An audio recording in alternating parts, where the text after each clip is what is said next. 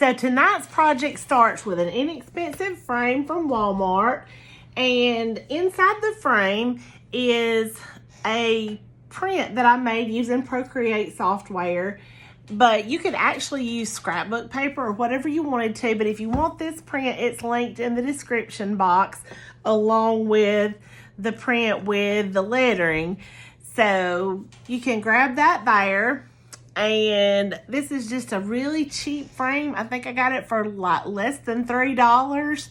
And you just frame the print and then paint the letters on the outside, and it's really easy because basically you're just tracing.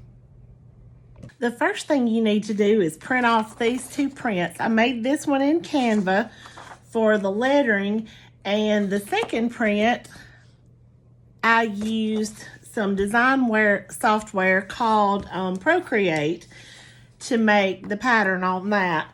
So you could also use scrapbook paper if you didn't want to print this particular pattern, but this is just the one that I made. You do want it to be something that is a light color though, so that it shows it up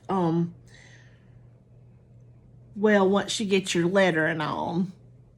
Those two prints are linked in the description box, and the first thing you're going to do is just take the glass from that frame that I've already disassembled and just trace around it, because there's going to be some excess on either side and you just want it to be able to fit down into the frame. I didn't mention, but I did cut the I did print the pattern paper on cardstock, just because sometimes I think it looks a little better if you do it like that. So now I'm just going to trim off the excess.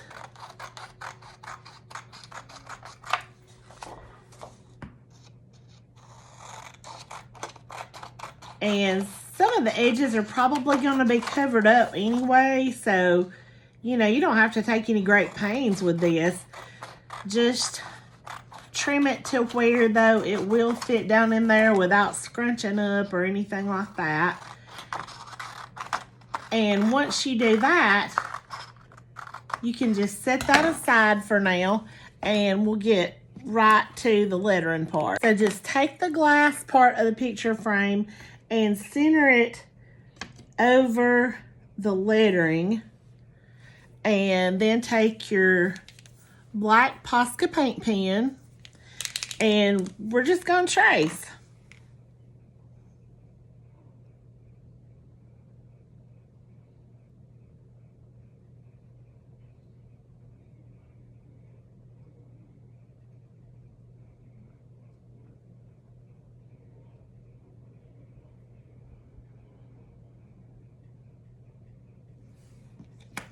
And sadly, I did not have the camera on for a lot of that.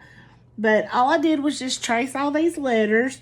And as it starts to dry, you can kind of see the spots that need some touch up. And you can see them even better when you take your print away and you have the letters on the glass. So just touch up anything that needs touched up. If you get too much paint, like inside the E's, you can take a Q-tip with some alcohol and pretty much fix that. But what we're going to do now is take the print that we set aside and take your wood part of the picture frame and go ahead. Let's get that. Let me get that out of the way for now. And just put it. This is just a little cheap frame, so it's got the little metal prongs instead of the nice little, oh, what do you call those? Those little tabs that push down. But I think we're actually going to have to take, and I cut my finger with that picture frame, but it's okay.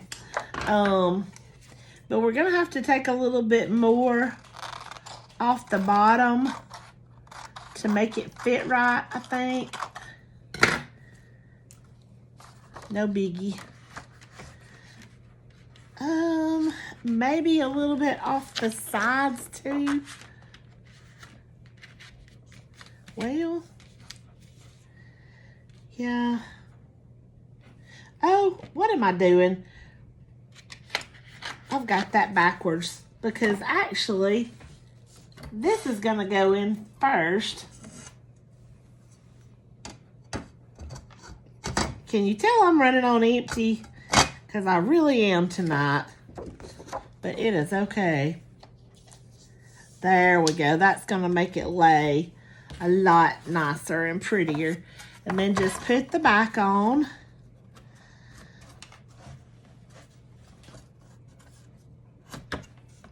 And then I always like to flip up to check and make sure that it's the right way because I am bad about having something upside down. But yeah, then you just push your little tabs over and there you have it. Probably, again, not the best lettering job that I've ever done in my life, but you get the idea. So now I'm going to go get a Band-Aid for my cut finger before I bleed out up here. So I was being a little bit dramatic about my finger. I'm fine. I really did cut my thumb, though, so be careful with that picture frame. But anyway, yeah, there is the finished product. And if you like this kind of project, just remember that you can find a lot of these type of prints and other stuff too, like t-shirt designs and lots of things in my store at KingGapCreatives.com. And also, if you like these projects, be sure to like and subscribe and hit that notification bell so that you never miss any of these. And I appreciate you watching, and I'll see you next time.